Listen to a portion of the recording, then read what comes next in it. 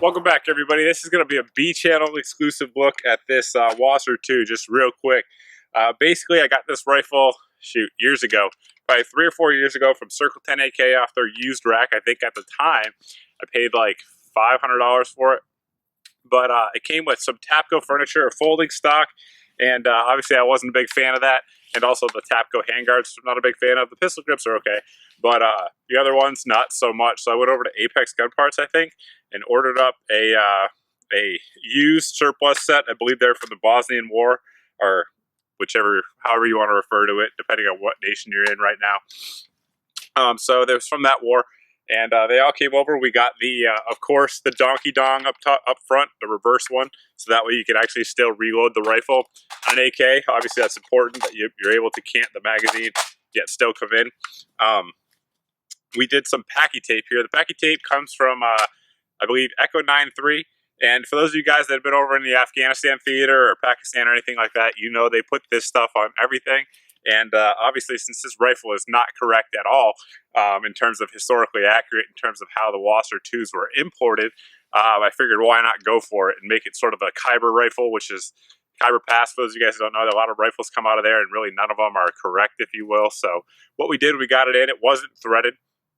And it comes in sort of in a neutered fashion because they were imported during the weapons ban. So I actually put AR threads on there and used the Manticore Night Break, which still uses the detent, as we can see here. So it worked out perfectly there, because a lot of people think that the AK thread pattern might not work too well on there because of just how little barrel is left. So the AR thread pattern is a little safer. I did that myself. Added the stock set, obviously, and that's pretty much it. A few features about the rifle, for those of you guys that haven't ever heard of the WASR 2, is obviously it's a 5.45 design. The WASR 3 is the 5.56.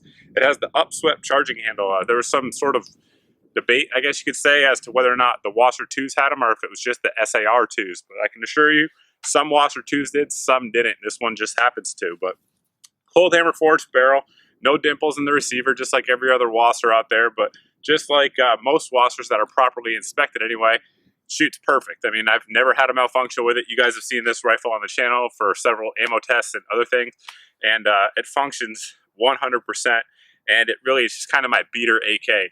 So I don't want to do like a full, accuracy test shooting and stuff like that, but I get questions on it when it pops up in videos, so that's pretty much it. We'll do a little more shooting with it, but like a lot of WASRs, it's ugly, but functionally, so long as you inspect them, it's fine. Like I said, the rifle has never had a single issue. Cold hammer forged, chrome line barrel. Like I said, this is my beater gun. I treat it, honestly, probably pretty bad, and it's never let me down. So that's pretty much it. That's a quick look at the WASR 2. We'll roll in some pictures at the beginning if we haven't already. If not, we'll do it now, of what they actually looked like when they were imported, because it's a little bit different. But nowadays, these ones are hard to find, and when you find them, they're not all that cheap. So at least not what I paid for them anyway. Wind. Always out here. It's a freaking wind tunnel. But we'll keep doing some shooting, and that'll be it.